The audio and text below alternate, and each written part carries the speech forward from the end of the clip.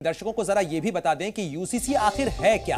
तो देखिए, यूसीसी यानी uniform civil code. Uniform civil code यानी नागरिक कानून जो है उनके अंदर एक समानता का प्रावधान किया जाना है और भारत के हर नागरिक के लिए समान नागरिक कानून हो। हालांकि उत्तराखंड सरकार ने इसकी पहल की है, इसकी शुरुआत की है और बाकायदा एक एक्सपर्ट ड्राफ्टिंग कमेटी बनाई गई थी जिसने 13 महीने से ज्यादा का वक्त लिया इसको ड्राफ्ट करने के अंदर। और इसका जो मसौदा है उसके अंदर तलाक, शादी, इन तमाम चीजों के लिए सभी लोगों के लिए एक जैसा कानून बनाने का प्रावधान किया गया। हालांकि जो राज्य की ट्राइबल आबादी है उसको फिलहाल इससे बाहर रखा गया है ताकि उनकी जो पहचान है वो इससे प्रभावित न हो। उनके जो रीति रिवाज हैं उनका ध्यान रखते हुए इसके प्रावधानों को किया गया है। लेकिन बाकी चाहे किसी भी धर्म के हों, किसी भी जाति के हों, उन सभी लोगों के लिए समान नागरिक संहिता जो है उसका प्रावधान करने के लिए ये कवायद आगे बढ़ी है। और देखिए, हमारे साथ दो खास मेहमान भी जुड़ गए हैं। संगीत रागी हमारे साथ जुड़ गए हैं और साथ ही मुफ्ती मंजूर जियाई भी हमारे साथ जुड़े हुए हैं। मुफ्ती साहब, सबसे पहले मैं आपका रुख करना चाहूंगा। ये तो एक अच्छी बात है, संविधान के तहत अगर ये कहा जाता है कि सबके लिए समान नागरिक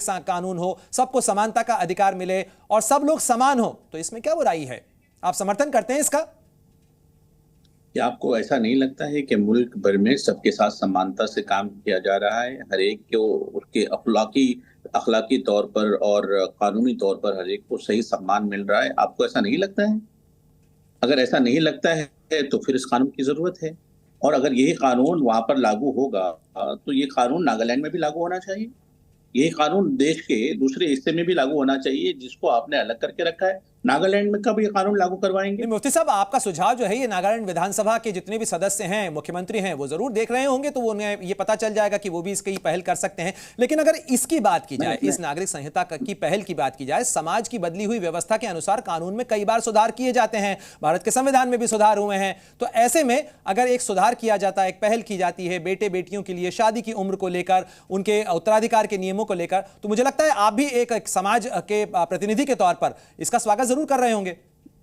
देखिए, इस बारे में स्वागत जरूर होना चाहिए कि कानून सबके लिए मसावी हो, सबके लिए बराबर हो, हर एक को अपने अपने हकूक बराबर मिले, उनकी खानदगी और नाखानदगी का भी ध्यान रखा जाए, उसके पढ़े लिखे होने का भी, और उसको जो हर सूरत में मुसलमान हो, हिंदू हो, सिख हो, ईसाई हो, हर एक को सम्मान मिले। ये बात बिल्कुल दुरुस्त है, इसमें किसी को एतराज नहीं होना चाहिए। लेकिन ये बात समझने वाली होगी कि उस अधिकार का क्या करेंगे जो स्पेशल अधिकार जैसा हिंदू लॉ के तहत में मिला हुआ है हमारे हिंदू भाइयों को, पारसी लोगों को जो मिला हुआ है पारसी कानून के तहत में, मुस्लिम पर्सनल लॉ के तहत में जो मुसलमानों को मिले हुए, बहुत सारे ऐसे इश्यूज हैं जो कि इश्यूज हैं हर एक समुदाय के। इस बारे में हर एक समुदाय से गुफ्तगू होनी चाहिए थी और वो गुफ्तगू ऐसा नहीं लगता कि वहां पर हुई है।